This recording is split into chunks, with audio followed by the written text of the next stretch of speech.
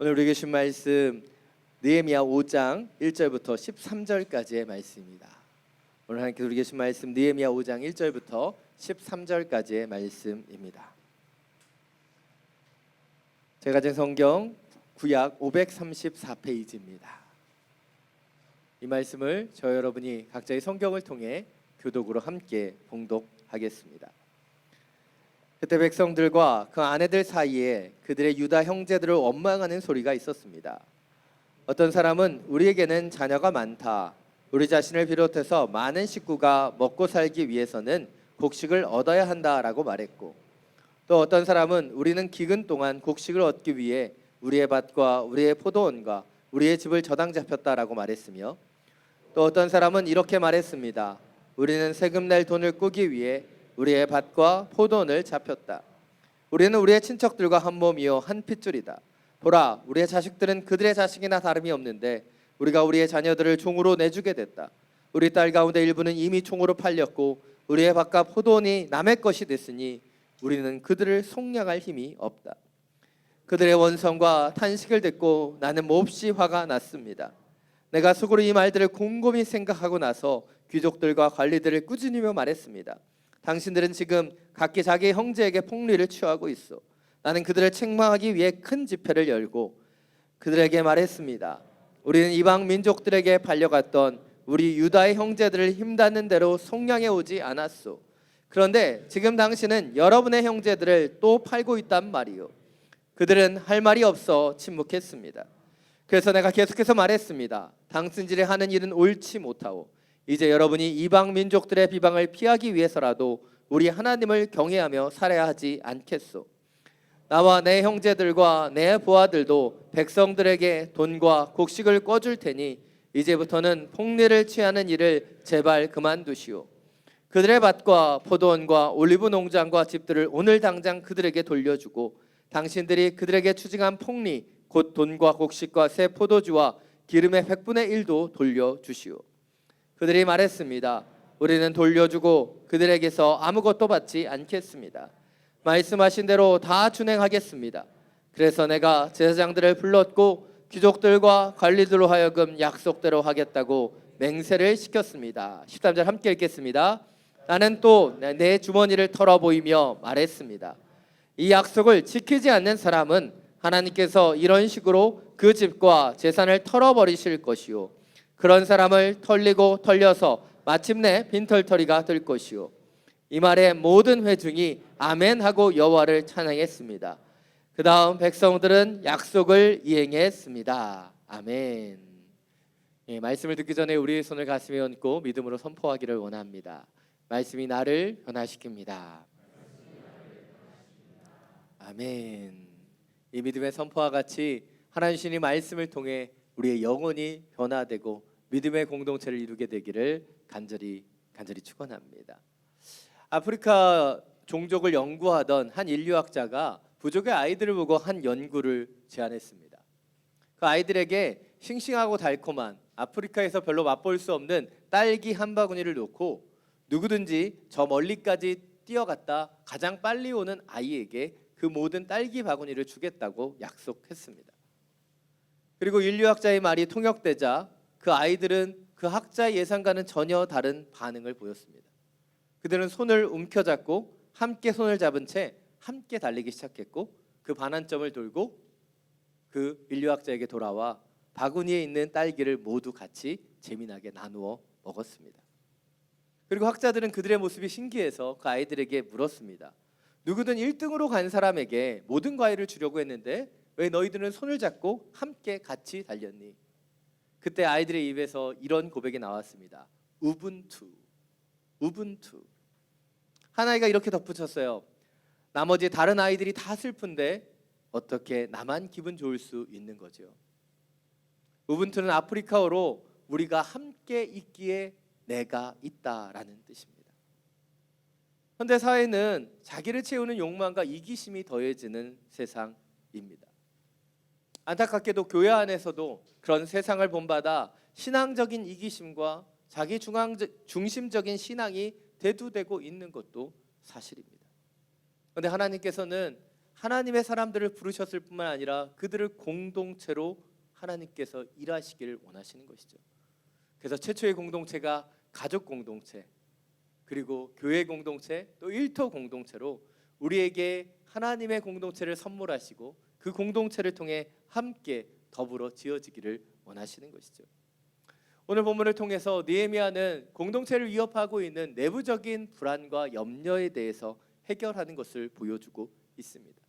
지난 주일인 느헤미야 4장을 통해서 외부의 악한 자들의 공격을 이겨내는 것을 보여주었다면, 오늘 본문을 통해서는 내부적인 분열의 문제를 어떻게 해결해야 되는가, 그리고 어떻게 믿음의 공동체가 이루어져야 되는지를 분명하게 보여주고 있습니다.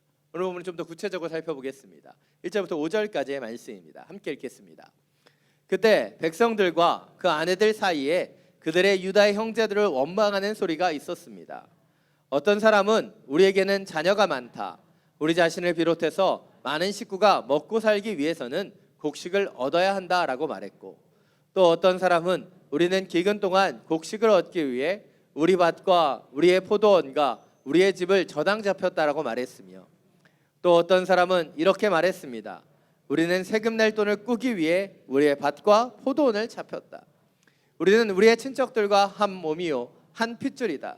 보라, 우리의 자식들은 그들의 자식이나 다름이 없는데 우리가 우리의 자녀들을 종으로 내주게 됐다. 우리의 딸 가운데 일부는 이미 종으로 팔렸고 우리의 밭과 포도원이 남의 것이 됐으니 우리는 그들을 속량할 힘이 없다. 사실 오늘 본문의 상황은 느헤미야가 성벽을 재건할 때의 사건은 아닙니다.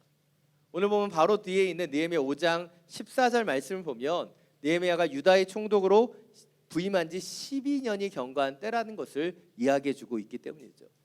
그러나 성벽 재건 때 이야기는 아니지만 하나님의 공동체가 외부의 공격으로부터 어떻게 세워지는지를 이야기한 이후에 느헤미야는 의도적으로 후기에 있었던 그 이야기를 땡겨서 바로 내부적인 문제들을 어떻게 해결할 것인가를 바로 오늘 본문을 통해서 소개하고 있다는 것이죠. 그러하게 오늘 본문을 묵상하면서 중요한 것은 이 사건이 언제 일어났느냐가 아니라 어떻게 하나님의 공동체의 내적인 문제를 극복해 가야 하는가, 그것에 대해서 주목해야 하는 것이죠. 오늘 본문의 상황을 보면 가난한 자들의 원망이 나타납니다.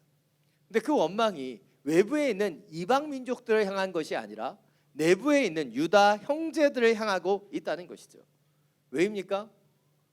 바로 기근으로 인해 많은 식구를 먹여 살려야 하는데 밭과 포도원과 집을 그 곡식을 위해 저당 잡히게 되었기 때문입니다. 그뿐만 아니라 그것도 저당 잡히고 이제 그 자녀까지도 종으로 내어주게 된 상황이 임했기 때문이죠. 문제는 그 유다 백성들 가운데 좀 더 부유한 자들, 귀족들과 관리들이 그 가난한 자들에게 곡식을 빌려주면서 많은 그 고금리를 취했을 뿐만 아니라 갚을 수 없는 형편이 되면 그들의 재산들을 빼앗았고 그들의 자녀들도 종으로 취하는 일들이 있었기 때문이죠. 사실 오늘 본문에 나타나는 이 내부적인 문제는 외부적인 공격보다 더 취약하고 어렵게 만드는 문제입니다. 보통 외부적인 문제가 있으면요, 내부는 더 단단해집니다. 근데 내부적인 그 분열과 깨어짐이 있는 곳을 가보면 바로 그 안에 갈등과 어려움들이 있다는 것을 볼 수 있다는 것이죠. 그렇다면 왜 유다 백성들 가운데 이런 일이 일어나고 있는 것일까요?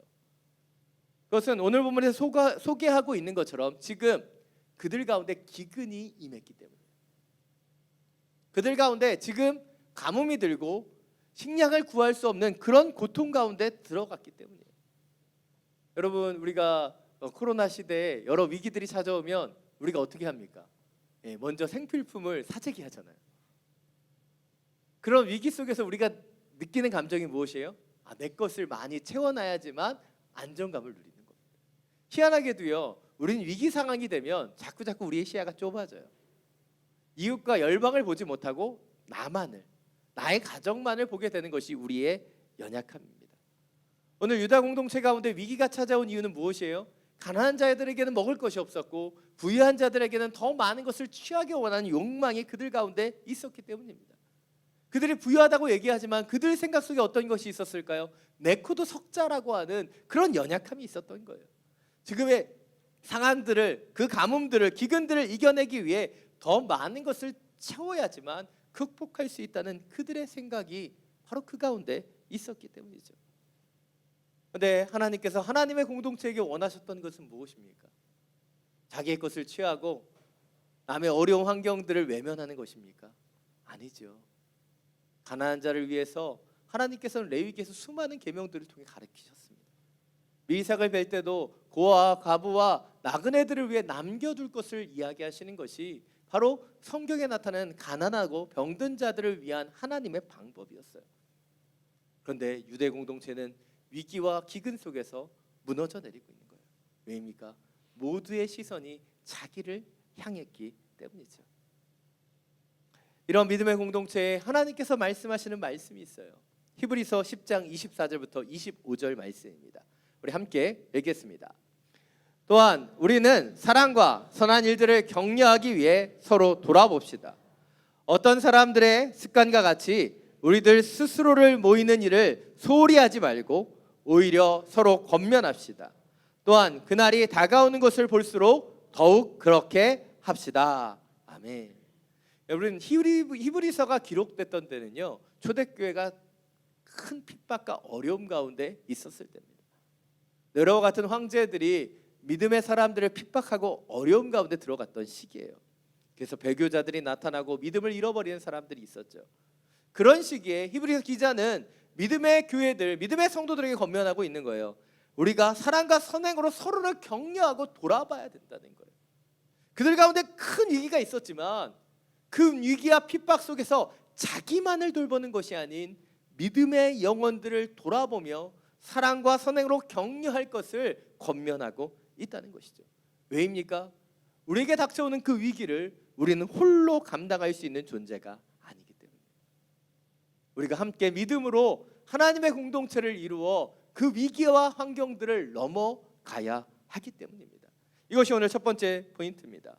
우리는 고난과 위기 속에서 위축되고 자기만을 바라보는 인생이 아니라 서로를 돌아볼 수 있는 하나님의 공동체를 이루기 위해 힘써야 한다는 것이죠.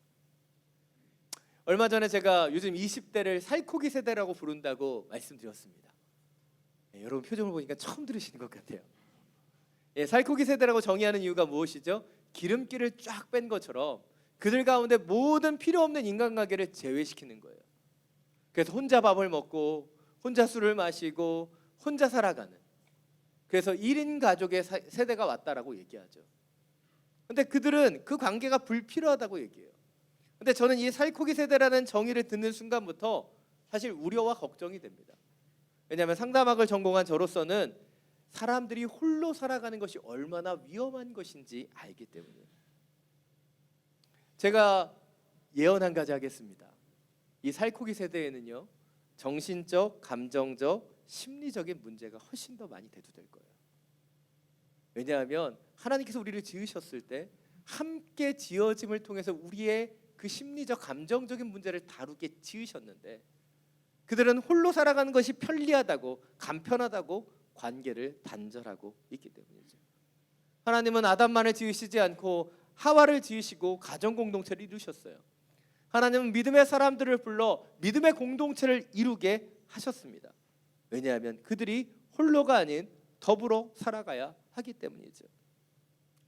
폴 트루니에라고 하는 유명한 신학자는 인간이 혼자 할 수 없는 두 가지가 있다고 얘기했어요. 제가 많이 말씀드렸죠. 첫 번째는 무엇이죠? 많이 말씀드렸는데 아무도 기억하지 못하는 놀라운 은혜가 우리 가운데 있습니다. 여러분의 망각의 은혜를 축복합니다. 맨날 똑같은 얘기해도 모르실 것 같아요. 첫 번째는 뭐예요? 혼자 할 수 없는 것, 결혼이에요. 결혼 혼자 할 수 없죠. 두 번째로 혼자 할 수 없는 것이 무엇이에요? 바로 그리스도인이 되는 거예요. 우리는 홀로 지어지는 존재가 아닙니다. 하나님은 믿음의 공동체를 통해 믿음의 사람들을 함께 지어 가기 때문이죠. 존 스토트 목사님이 하셨던 한 예화가 지금까지 전해집니다. 한 목사님이 교회 공동체를 떠난 어떤 교우의 집을 신방했어요. 그리고 두 사람은 벽난로 앞에서 아무 말 없이 앉아 있었습니다. 신방 가서 왜 이렇게 앉아 있는지 잘 이해는 안 됩니다. 뭔가 말을 걸어야 될 것 같은데, 근데 목사님께서 벽난로에서 빨갛게 달아오는 석탄 한 덩어리를 집게로 건져내었습니다. 조금 있으니까 밝고 환하게 타오르던 석탄은 차갑고 검은 잿덩어리로 변화되었어요. 그러자 목사님은 이제 다시 집게를 가지고 석탄 덩어리를 다시 벽난로, 활활 타오른 석탄 덩어리로 던져 넣었습니다.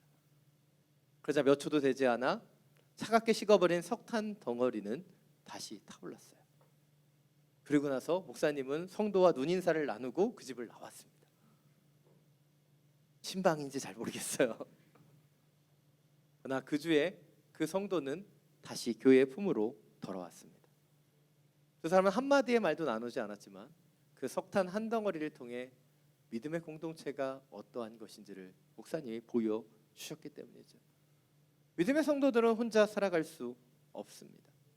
같은 믿음의 사람들과 결속되지 않다면 우리는 금방 식어버리고 차갑게 재가 돼버리는 석탄 덩어리와 같기 때문이죠.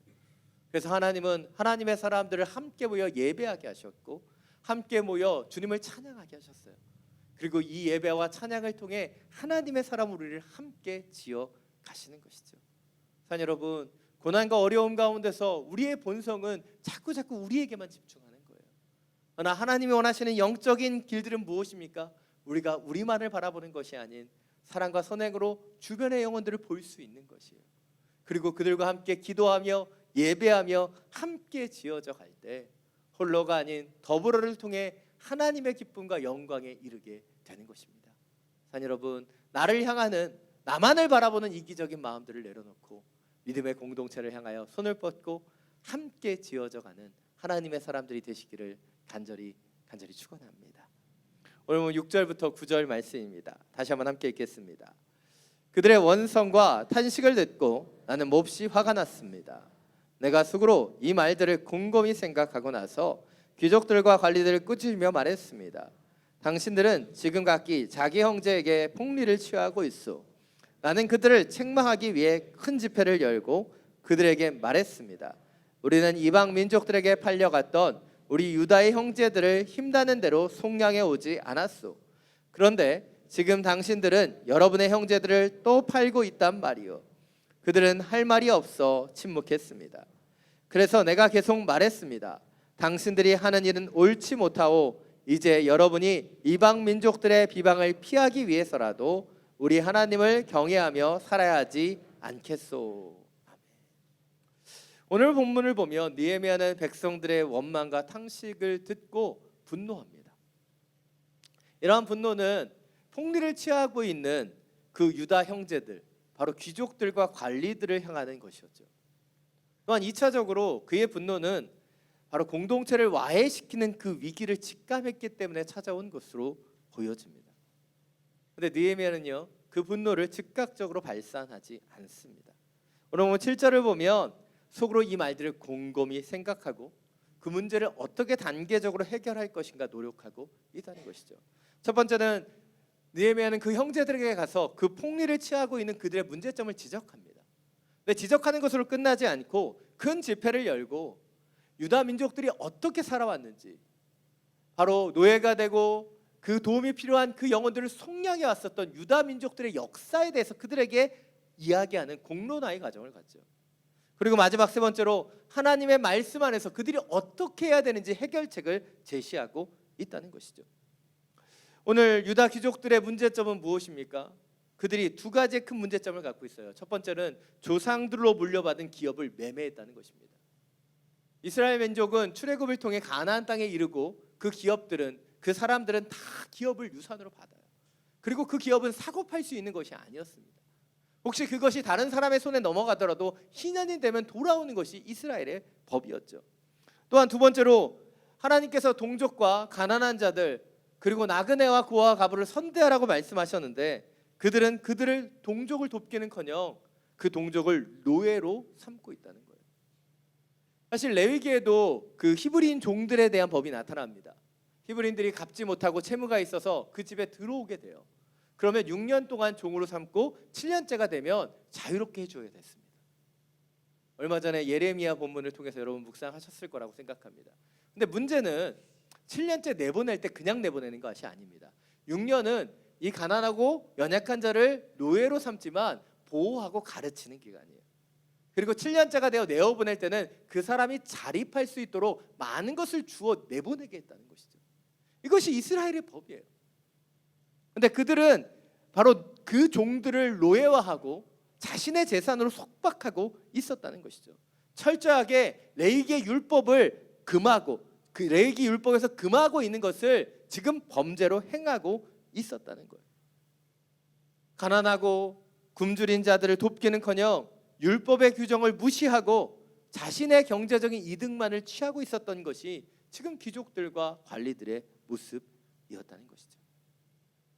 그렇습니다. 그들은 하나님의 말씀을 지키지 않았어요. 폭리를 행하고 가난한 자들의 것을 탐하고 있었다는 것이죠. 왜일까요? 왜 그들 가운데 그런 일이 일어날 수 있었던 것일까요? 그것은 그들이 하나님의 말씀이 아닌 세상의 것을 본받고 있었기 때문이에요. 그들 가운데 섞여 있는 이방 민족들의 악한 모습들을 그대로 답습하고 있었기 때문이라는 것이죠. 레위기 12장 2절은 말합니다. 우리 자막을 통해서 함께 읽겠습니다. 여러분은 이 세대를 본받지 말고 오직 마음을 새롭게 함으로 변화를 받아 하나님의 선하시고 기뻐하시고 온전하신 뜻이 무엇인지 분별하도록 하십시오. 아멘. 오늘 하나님께서 우리 가운데 말씀하시는 것은 무엇이에요? 이 세대를 본받지 말라는 거예요. 오직 하나님이 기뻐하시고 온전하시고 선하신 뜻이 무엇인지 분별해 가야 되는데 우리는 자꾸 세대의 모습들을 닮아가요. 왜 유대인 귀족들과 관리들이 그 가난한 자의 것을 탐했을까요? 이방의 민족들이 그렇게 살아왔기 때문입니다. 남의 것을 빼앗고 자신을 취하는 것이 당연한 세상의 이치였기 때문이에요. 그런데 하나님은 하나님의 백성들에게 세상의 이치가 아닌 하나님의 말씀을 주시고 말씀대로 살아갈 것을 권면하셨다는 것이죠. 그런데 그들이 하나님의 말씀을 잃어버리고 율법의 규례들을 잃어버렸을 때 그들 가운데 세상의 것이 들어온 것이에요. 여러분, 우리 가운데도 동일한 일이 일어납니다. 우리가 하나님의 말씀을 잃어버린 그 자리에요, 세상의 것들이 들어오게 되어 있어요. 하나님의 말씀을 우리가 살아가고 그 말씀대로 살지 못하면요, 세상의 그 유혹들과 세상의 욕구들이 나타나는 것이 사람들의 모습이라는 것이죠. 그래서 느헤미야는 그들의 죄를 지적합니다. 그리고 큰 집회를 열어 유다 민족들이 그동안 향해 왔었던 방향이 무엇인지, 그 노예들을 속량하며 그들을 도왔던 그 조상들의 하나님을 경외하는 삶에 대해서 말하고 있는 것이에요. 이것이 오늘 두 번째 포인트입니다. 우리는 이 세대의 악함을 따라가는 것이 아니라 하나님의 선명한 기준인 말씀대로 세워져야 되는 거예요. 그리고 그 말씀대로 세워지지 못한 부분이 있다면 우리는 회개하고 분별해야 한다는 것이죠. 사연 여러분, 하나님의 공동체가 깨지는 이유는요, 바로 그곳 가운데 말씀이 없기 때문이에요. 하나님의 가정이 깨어지고 하나님의 교회가 깨어지고 하나님의 공동체가 깨어지는 곳을 가면요, 하나님의 말씀이 세워져 있지 않아요. 말씀보다 더 다른 중요한 것이 그곳에 있기 때문에 깨어지는 거예요. 왜 하나님의 가정이 깨어집니까? 남편이 아내를 사랑하고 아내가 남편을 존경하라는 그 말씀이 그 안에 세워져 있지 못하기 때문이에요. 왜 하나님의 교회가 깨어집니까? 너무나 아픈 일이죠. 하나님의 말씀으로 서로 살아가지 못하기 때문이에요. 서로 비방하고 비난하고 원수가 되고 나누어지고 쪼개지는 것, 그것은 그 말씀이 그곳 가운데 임하지 못하기 때문이죠. 산 여러분, 우리 가운데 말씀이 임하면요, 우리는 하나님의 공동체를 이루게 돼요. 그러나 우리 가운데 말씀이 임하지 못하면 세상의 것이 들어오고 분열되는 것이라는 것이죠. 저는 몇 년 전에 서울대공원에 있는 동물원에 제 친한 친구 목사님들 두 가정과 함께 소풍을 갔습니다. 먼저 점심을 먹고 대공원 동물원 가보신 분들 계실 거예요. 동물원 입구에 큰 리프트가 있습니다. 그래서 동물원 맨 위까지 실어다 주면 이제 내려오면서 이 동물을 보는 게 아이들과 가는 소풍이죠. 날씨도 좋았고 선선하게 리프트를 타고 올라가면서 참 기분이 좋았어요. 근데 리프트를 타고 3분의 1 지점 갔을 때 저희 아들이 실수로 신발을 아래로 떨어뜨렸습니다. 느헤미야에게 임했던 분노가 이런 것이었을 거예요. 그래도 감사했던 것은 제 아들이 제 옆에 있지 않고 엄마 옆에 있었다는 거죠. 옆에 있었으면 손이 나갔을 것 같은데 그렇다고 제가 참진 않았습니다. 앞에 있는 아들한테 막 소리를 질렀던 것 같아요. 근데 감사하게도 이 리프트가 굉장히 깁니다. 타보신 분은 아실 거예요. 3분의 2 지점까지 이제 마지막까지 가는데 3분의 2 정도가 남았잖아요. 굉장히 긴 시간이었어요. 그래서 제가 기도하면서 감정을 추스리고 이미 떨어져 버린 것 이거 엄마가 하면 뭐 하겠나 싶어서 마음을 추스리면서 기도했습니다. 그리고 아들을 만나면 괜찮다. 네가 떨어뜨린 거에서 내가 용서하고 이제 아빠가 더 좋은 새 신발을 사주겠다. 이 은혜를 주려고 준비를 했어요. 그리고 리프트가 도착해서 아들을 만났습니다. 그리고 저는 아들에게 이렇게 상냥하게 얘기했어요. 괜찮다. 아빠가 새 신발을 사줄게. 그러나 하나님께서는 저를 내버려 두시지 않으셨습니다. 저희 아들은 자기가 떨어뜨린 그 신발이 자기가 가장 아끼는 물건이라고 당장 찾아야 된다고 난리를 치는 거예요. 잠깐 임했던 평강은 떠나가고 그 아이를 구석으로 끌고 가서 쥐잡듯이 잡았어요. 제가 그날 돌아와서 저 행동을 굉장히 많이 후회했습니다. 왜 후회했냐면 제가 저희 아들이 신발을 떨어뜨린 행동이 못마땅했기 때문에 화가 났다는 것을 알았기 때문이에요. 어떻게 보면 같이 간 친구들이 있었기 때문에 더 화가 났을 수도 있어요. 그냥 어떻게 보면 우리 아이가 잘하고 좋은 모습만 보이고 싶은데 뭐예요? 실수하고 이상한 모습을 보인 것 때문에 더 많이 분노하고 화가 나진 않았나 생각해 보게 되는 것이죠. 세상의 기준으로 우리 아들이 이런 모습이었으면 좋겠다라고 생각하고 그런 모습이 아닐 때 화를 내고 있는 제 연약함을 보았기 때문이에요. 하나님께서는 이 귀한 아들을 저희 가정에 보내주시고 저에게 사랑하라고 명령하셨는데 저는 살아가라는 그 말씀이 아닌 세상의 가치와 그 비교를 가지고 그 아이를 바라보면서 뭐예요? 그 아들을 못마땅하게 여기는 제 중심을 보았기 때문이죠. 단 여러분, 우리에게 사랑하라고 맡겨주신 그 자녀를 바라보면서도 우리는 말씀으로 바라보지 못해요. 세상의 기준과 그 가치를 가지고 그 아이들을 바라보는 거죠. 그리고 그 아이들에게 화를 내고 분노하는 거예요. 세상의 가치가 우리 가운데 들어오면 우리는 자꾸 분노하게 돼요. 자꾸 우리의 공동체를 깨어뜨리게 됩니다. 그러나 하나님의 마음이 임하고 하나님의 말씀이 임하면 우리는 그 아이를 살아가며 기다려줄 수 있게 되는 것이죠. 이 땅에 악한 세력, 사탄과 마귀가 우리에게 자꾸 주는 마음이 무엇이에요? 비교의 마음이에요. 경쟁의 마음입니다. 더 많은 사람과 비교하고 더 많은 사람들과 경쟁하면서 더 많은 것을 움켜쥐라고 이 세상의 악한 세력들은 우리를 유혹하는 거예요. 그러나 하나님의 말씀은 우리에게 이야기하고 계십니다. 우리 강한 자가 마땅히 연약한 자의 약점을 감당하라고 얘기하고 서로 사랑과 선행으로 격려하며 돌아보라고 말하며 서로를 섬기고 봉사하며 짐을 나눠지라고 이야기하는 거예요. 그런데 우리는 하나님의 말씀을 우리 가슴 속에 품기보다는 세상의 가치와 기준을 가지고 살아갈 때가 너무나 많은 것이죠. 산 여러분, 주의 말씀으로 돌아가게 되기를 원합니다. 우리가 다 하나님의 말씀을 알고 있잖아요. 그 말씀으로 돌아가야 되는 거예요. 그런데 그 말씀이 우리 가운데 임하지 못하면 동족에게 악을 행했던 귀족들과 관리처럼 우리는 살아가는 거예요. 나의 욕망과 나의 것을 움켜쥐면서 나누고 섬기는 것이 어려워지는 거예요. 산 여러분, 주님께서 우리 가운데 그 전능한 하나님의 말씀을 허락해 주셨어요. 그리고 그 말씀대로 우리를 살라고 인도해 주고 계시는 거예요. 산 여러분, 말씀을 잃어버린 세대가 되지 않기를 원합니다. 하나님의 말씀이 우리 가운데 임해서 이 세상이 얘기하는 가치와 기준, 경쟁이 아니라 그 사랑의 말씀으로 영혼을 돌아보고 열방을 위해 기도할 수 있는 넓은 시야를 가진 하나님의 사람들이 되시기를 간절히 축원합니다. 오늘 본 10절부터 13절입니다. 우리 마지막으로 함께 읽겠습니다. 나와 내 형제들과 내 부하들도 백성들에게 돈과 곡식을 꿔줄 테니 이제부터는 폭리를 취하는 일을 제발 그만두시오. 그들의 밭과 포도원과 올리브 농장과 집들을 오늘 당장 그들에게 돌려주고 당신들이 그들에게 추징한 폭리 곧 돈과 곡식과 새 포도주와 기름의 100분의 1도 돌려주시오. 그들이 말했습니다. 우리는 돌려주고 그들에게서 아무것도 받지 않겠습니다. 말씀하신 대로 다 준행하겠습니다.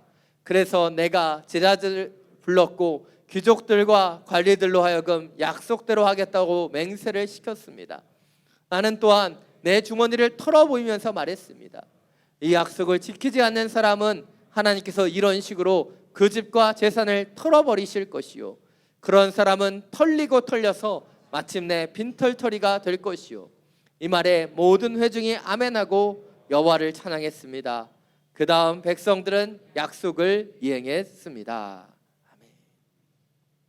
오늘 본문을 통해서 느헤미야는 폭리를 취한 귀족들과 관리들에게 강력하게 권면합니다. 그리고 너무나 은혜롭게도 폭리를 취했던 그들은 그들의 잘못을 인정하고 아무것도 받지 않겠다고 약속하며 그 약속을 모두 이행하죠. 그리고 온 백성들은 함께 하나님을 찬양하며 아멘으로 주님 앞에 나아가고 있습니다. 너무나 아름다운 마무리입니다. 문제는 우리의 삶 속에서는 이런 일이 잘 안 일어난다는 거예요. 우리가 선행을 베풀기를 원하고 우리가 하나님의 뜻대로 살아가기를 원하고 또 때때로 하나님의 뜻대로 살아간다고 해도 우리의 인생 가운데 오늘 느헤미야가 보여주는 것처럼 이런 아름다운 훈훈한 마무리로 나타날 때가 별로 없는 거예요. 생각해 보십시오. 저와 같은 우리 남편분들은 잘 아실 거예요. 우리 아내들이 우리 잘 되라고 얼마나 많은 잔소리를 해요. 그러나 그들의 지적에 우리가 아무것도 변하지 않지 않습니까? 제가 저희 아내대로 다 변화됐으면 이미 성인 군자가 되었어요. 근데 수많은 지적을 들었지만 우린 잘 안 바뀝니다. 사실 오늘 본문에서 이 느헤미야의 말을 듣고 회개하고 돌이키는 이 귀족들과 관리들이 대단한 거예요. 누군가에 대한 지적으로 사람들은 잘 변화되지 않기 때문입니다. 그런데 어떻게 느헤미야의 지적에 이들이 변화를 촉구할 수 있었을까요? 오늘 본문을 보면 느헤미야가 그 변화를 먼저 시작했고 계속해서 그 변화를 감당해 왔기 때문이에요. 10절을 보면 느헤미야가 자신과 자신의 형제들부터 먼저 가난한 자를 돕겠다고 선포합니다. 오늘 본문을 통해서 다 읽지는 않았지만 그는 그 예루살렘의 총리로 있는 동안 녹을 받지 않았고 백성들과 압제하거나 착취하지 않기 위해서 총독으로서 그 어떤 것도 행하지 않았음을 분명하게 보여주고 있는 거예요. 그렇습니다. 느헤미야는 하나님의 선한 공동체를 이루기 위해 먼저 희생했고 먼저 섬겼고 먼저 헌신했어요. 이전의 총리들과 같이 그는 누구의 것을 빼앗거나 착취하지 않았습니다. 왜입니까? 그가 하나님을 경외했기 때문이죠. 오늘 느헤미야가 귀족들과 관리들의 잘못을 지적하는 것처럼 보여지지만 실제적으로 뭐예요? 그들에게 하나님을 경외해왔던 느헤미야의 삶을 통해 그들에게 말하고 있는 거예요.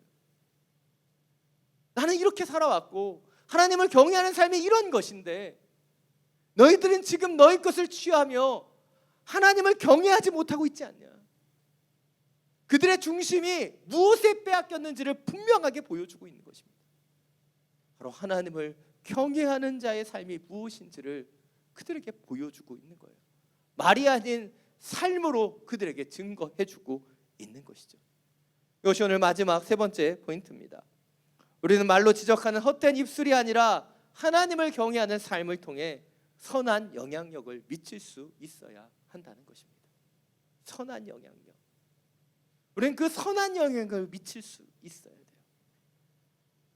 여러분 왜 이렇게 주일날 나와서 이렇게 열심히 예배드리고 계십니까?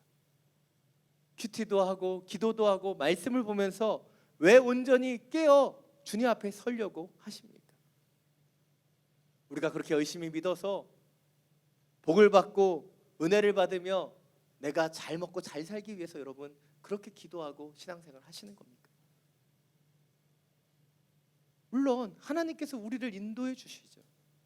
하나님께서 우리 가운데 은혜도 주시고 우리 가운데 축복도 주시는 분이에요. 그러나 우리에게 이미 하나님이 주신 축복이 있어요. 우리가 믿었다는 것, 우리가 예배할 수 있다는 것, 우리가 이미 구원을 받았다는 것, 그것이 놀라운 축복이죠. 근데 우리는 이미 받은 축복이 아닌 더 많은 축복을 바라며 나만을 위해서 신앙생활하는 경향들이 있다면 그것은 우리의 신앙의 방향이 잘못되어 있는 것이에요. 하나님께서 이 땅 가운데 믿음의 사람들을 세우시는 이유는 무엇이에요?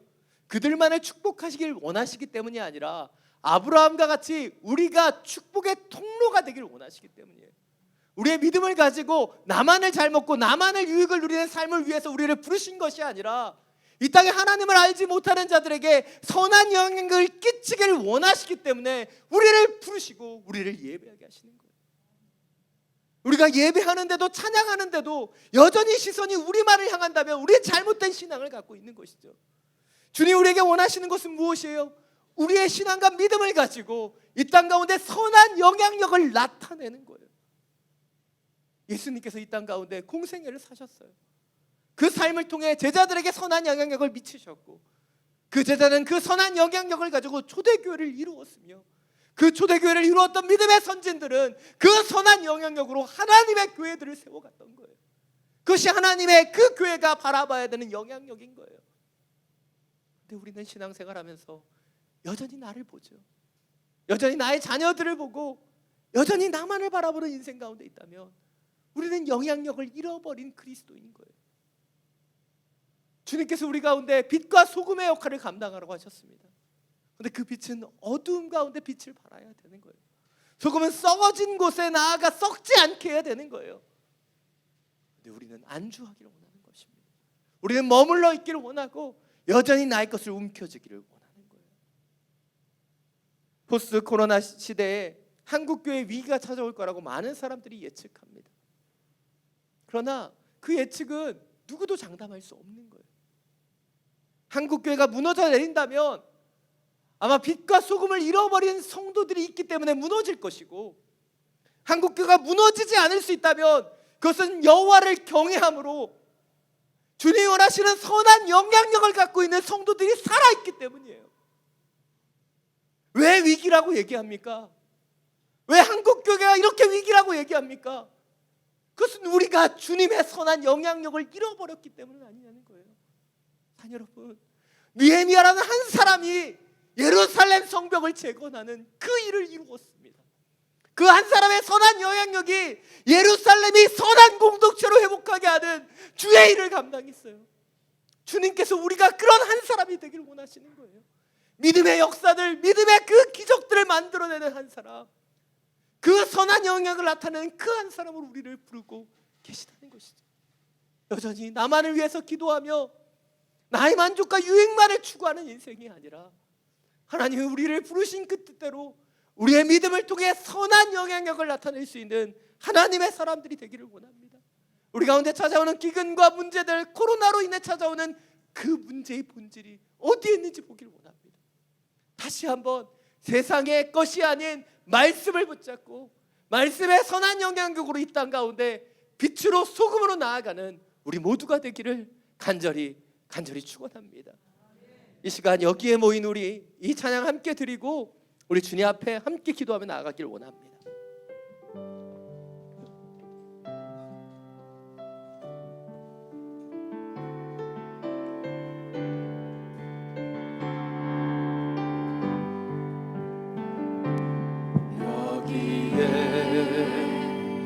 모인 우리 주의 은총 받은 자여라.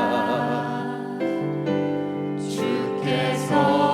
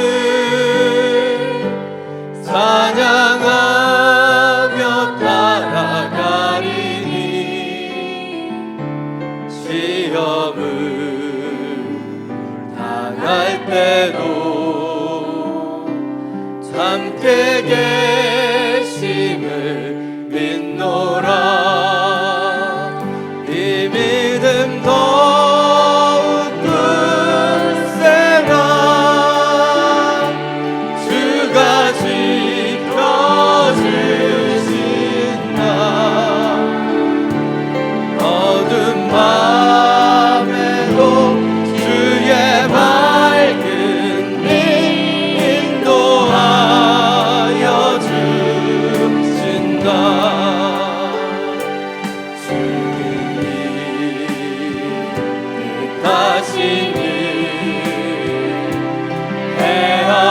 헤아리기 어렵더라도 언제나 주 뜻 안에 내가 있음을 아노라. 사랑과 말씀들이 나를 더욱 새롭게 하니 때로는 넘어져도 제 웃음 님이 있노라.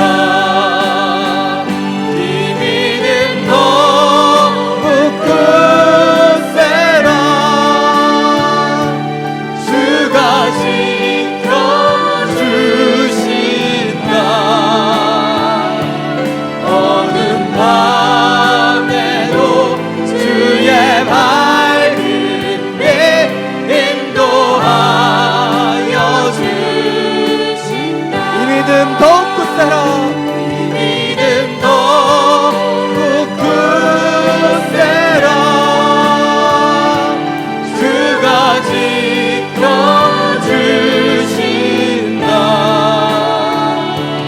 어두운 밤에도 주의 밝은 빛 인도하여 주신다.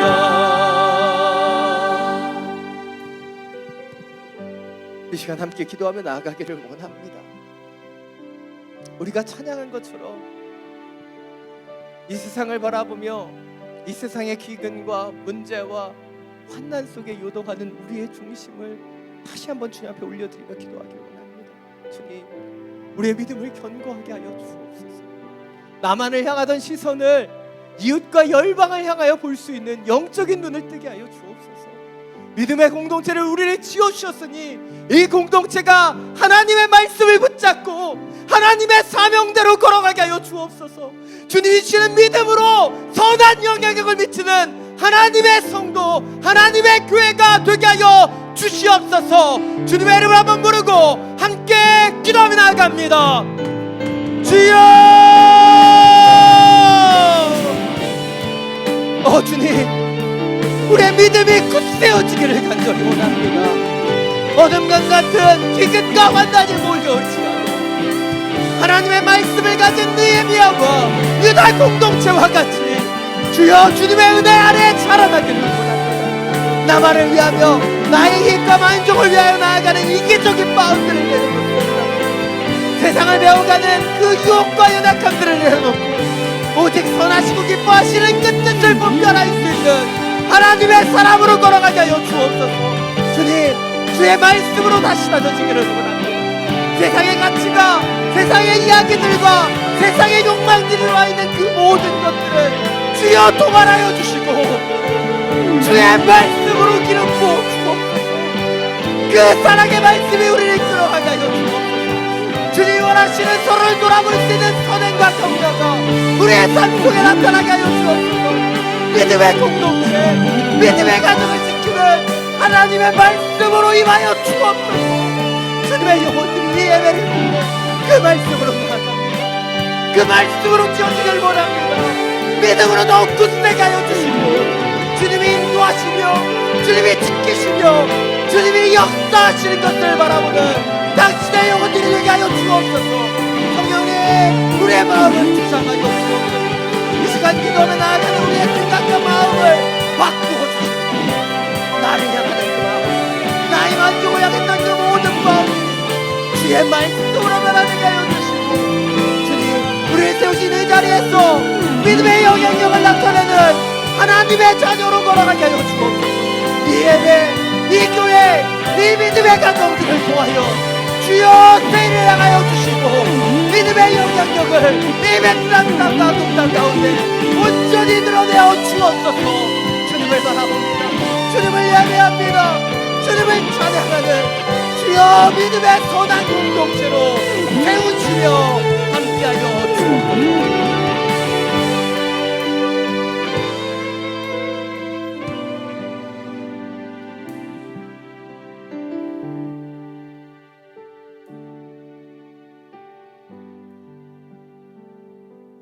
사랑이 많으신 주님, 우리의 믿음을 다시 한번 굳세게 하여 주옵소서. 기근과 시련과 환난이 찾아오면 위축되어 나만을 바라보는 그 세상의 패턴대로 가지 않게 해주시고, 하나님의 영의 사람이 되어 하나님의 말씀대로 서로 사랑과 선행으로 격려하며 돌아보며 함께 지어지는 믿음의 공동체가 되게 하여 주옵소서. 간절히 기도합니다. 세상의 가치가 우리 가운데 들어옵니다. 세상의 욕망이 우리 가운데 들어옵니다. 주님, 주님의 말씀으로 우리를 지켜 주옵소서. 말씀을 붙잡으며 말씀이 내게 임하길 원하오니 말씀의 능력으로 기름 부어 주셔서 세상의 가치를 이겨낼 수 있는 견고한 하나님의 사람들이 되게 하여 주옵소서. 간절히 기도합니다. 우리의 예배를 통해, 우리의 신앙을 통해 믿음의 영향력을 드러내는 하나님의 사람들이 되게 하여 주시옵소서. 우리 주 예수 그리스도의 이름으로 기도드립니다.